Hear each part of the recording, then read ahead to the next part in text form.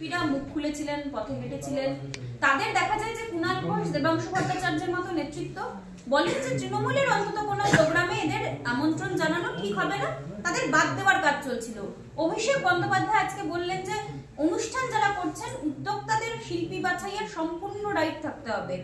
এটা কি মনে হচ্ছে যে কোন জায়গায় মতপার্থক্য না সবটাই? আপনারা জানেন বাংলাদেশে আইসিএস পরীক্ষা, বিসিএস, তো আইএস যেমন আমাদের হয়, সেখানে যারা চান্স পেয়েছিলেন, প্যানেল বেরিয়েছিল হিন্দুরা বা সংখ্যালঘুরা, তাদের নাম বাদ দেওয়া হচ্ছে। নতুন করে সব প্যানেল ক্যান্সেল করে করা হয়। পশ্চিমবাংলায় ঠিক তাই হয়েছে। যারা টিএমসির সঙ্গে থাকবে না তারা কোনো সুযোগ পাবে না, কোনো সরকারি ভাতা, সরকারি প্রকল্পের সুবিধা আছে, কেন্দ্র হোক রাজ্য হোক, তার নাম কেটে লাভ পাওয়াইতে পারবে না। এবং তিনি শিল্পী সাহিত্যিক হন, তিনি কোথাও সম্মান পাবেন না, পুরস্কার পাবেন না, তিনি পারফরমেন্স করতে পারবেন না, রোজগার করে খেতেও পারবেন না, এরকম অবস্থা। দোকানদার দোকান চালাতে পারবেন না। এটা টিএমসি, এখানকার গণতন্ত্র, এখানকার ধর্মনিরপেক্ষতা, এখানকার তাদের রাজনীতি। কেবল টিএমসির তলায় যারা যাবে, ঝন্ডার তলায়, তারাই এখানে করে খাবে, তারা বাঁচতে পারবে।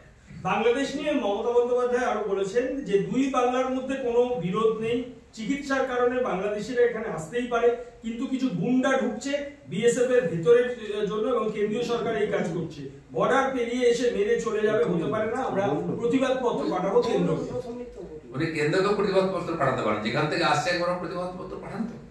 বাংলার সঙ্গে বাংলার কোনো ঝগড়া ছিল না, আর হওয়ার কথাও নেই। কারণ ওই বাংলার স্বাধীনতার জন্য এই বাংলার মানুষ প্রাণ দিয়েছে, ত্যাগ করেছে, 500 কোটি টাকার বেশি খরচা করেছে। ওই সময় আমরা কয়েকশো সৈনিকের প্রাণ গেছে, ওখানকার লক্ষ লক্ষ লোককে এপার বাংলায় থাকার সুযোগ করে দিয়েছি, মুক্তিযোদ্ধাদের, তাদের ট্রেনিং, তাদের খাওয়া দাওয়ার ব্যবস্থা করেছি, ফিরে যাওয়ার ব্যবস্থা করে দিয়েছি।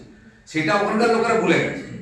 সেটা কিছু এরকম উৎপাতিয়া মাথা খারাপ লোক চিৎকার চেঁচামেচি করছে, উত্তেজনা তৈরি করার চেষ্টা করছে, তাতে সম্পর্ক খারাপ হবে না, কিন্তু এর দ্বারা পরিবেশ খারাপ হচ্ছে। কিন্তু অভিষেক বন্দ্যোপাধ্যায় এবং স্বরাষ্ট্রমন্ত্রী অমিত শাহ কেন